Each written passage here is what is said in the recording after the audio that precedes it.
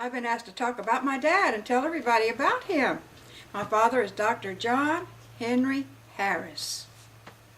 He was the only doctor for 30 or 40 or more square miles in Waimama for many, many years.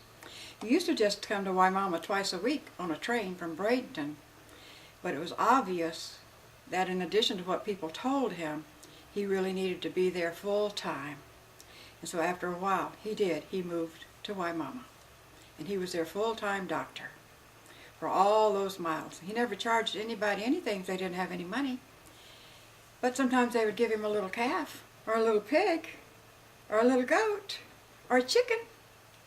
And if they were a farmer, they would bring some tomatoes. And the people from Ruskin would bring him a fish. And he just accepted anything anybody brought him. And if they didn't pay him, he didn't write it down that he didn't get any pay from them. He didn't keep a record of that. And he did so much for everybody. When he first moved out here, he had to ride a horse. There was hardly any roads much. And so he said he didn't used to get stuck when he'd ride the horse to make a home visit, like he did later when he got a vehicle to ride in. And people loved him so much for what he did for everybody. They made him Waimama's first, and as far as I know, the only mayor Waimama ever had.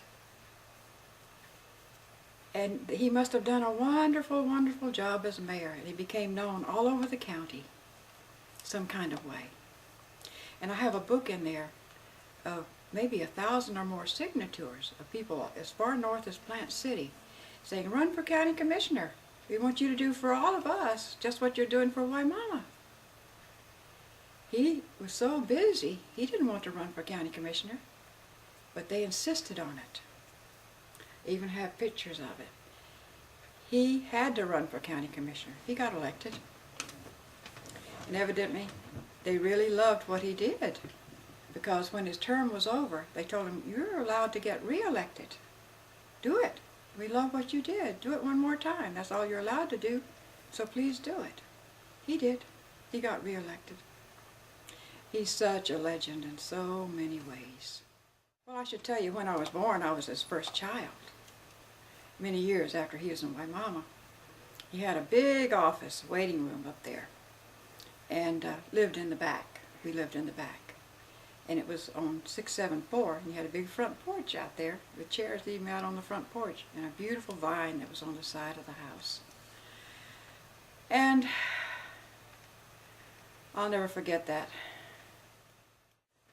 Back then, people were like extended family, because they would come to see my dad and bring the whole family with them sometimes. And I remember when I started to school, I even have a copy of the speech he made when he dedicated the Waimama School. It was grade 1 through 12. But when I went there, I remember later on, during the lunch hour, students would come to see him during the lunch hour for medical help. They'd walk from the school to the office and back. So even the kids came by themselves sometimes. So he was so helpful. And at the first reunion, I was so glad to be there. I had this little movie camera I brought with me, because so many people talk about my dad. And so they wanted me to say something, so I did. Got up on the stage with a microphone. I said, "I got this little movie camera with me. Any of you that wants to tell me about my dad, I'd like to put you on the film so my children, my grandchildren, my great-grandchildren can all hear about him." I said, "Let's do it over there in that little room." So I went over in the room, and the first guy that came in started talking about my father, and he started crying so much because he was so happy at what my father did for him and his family. And he missed my dad being gone, because my father was dead by then. And so I filmed him doing all that.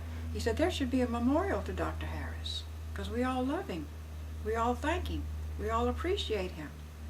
We want him to be remembered with a memorial." I said, "Well, that sounds nice." And so when I went back into the room where everybody was, there was hundreds and hundreds of people in there, I asked, "How many of you here did my father deliver? Just hold up your hand." And there's hundreds of hands went up. And I said, "The man I just spoke to would like to have a memorial to my dad. How many of you agree that that would be a good idea? Just hold up your hand." And everybody there didn't just hold up their hand, they stood up and held up both hands, and they applauded. They would love to have a memorial to my father because they're so grateful to him.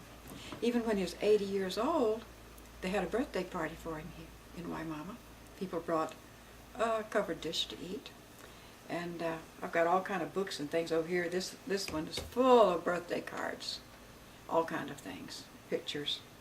I've got a lot of papers and pictures and all kind of things about my father. But at that 80th birthday party, I was able to go to it, and I sat up on the stage where he was, and people sang a solo song. Little girls twirled batons,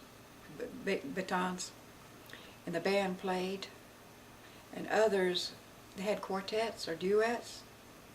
And then on the microphone up front, when the music was over, there's a judge from Tampa got up and talked about my father. And then the guy that's in charge of all the sheriff's office, he did too. I hadn't met either one of those, but they talked so sweetly about him. And other people came up that just couldn't help it to talk about him. And then they gave my father a chair, one of those easy chairs. It's real soft, you lean back in. They say, we want you to be able to take it easy between patients. Sit in this chair, take it home with you. He did. Then he had to speak. So he thanked everybody for what they did for him. And he told him, it was so good to hear what you said. I appreciate that very much. And it's so good to hear you singing. That was so lovely. I appreciate that too. And of everything I heard here, it was so special. But I want to tell you, there's one thing even more special than what I heard here today. And for the first time ever, I saw my father start to cry. Tears were coming down to his cheeks. He said, I'll tell you what the special thing is, the most special thing I've ever heard, ever. When I would deliver a baby at the home, and the baby would come delivered, I would usually have to, it wouldn't make any sound. So I'd have to pick it up, maybe even hold it upside down, so the moisture would come out of the nose and the mouth and everything. And I'd want him to take a breath. So if it didn't make a sound, I'd tap him on the back. And then it would act like it's crying or making a sound. He said, when I heard that, I knew it was going to be alive, it could breathe, it was going to be okay. He said, and that's the happiest sound I ever heard. Was when a brand new baby would cry. And he was crying, it's kind of making me cry to tell about it. That was such a happy day for me too, for the people that gave him that birthday party. And it's always a happy time everywhere I go, because they'll say, how are you, June? I said, I'm okay. And they start talking about my daddy, so sweetly, and so lovingly, and so appreciative. So I would say, yeah, he deserves a memorial. I wouldn't be the only one to think about it simply because I'm his daughter. And by the way, my first name is Johnnie, because I was his first child, and I was born on his birthday. His first name is John Henry Harris. And so the day I was born, he got out in 674 and stopped everybody all day long because they knew he was going to be a daddy for the first time and invited them in to see me. They did. So people know me. And I'm Johnnie June.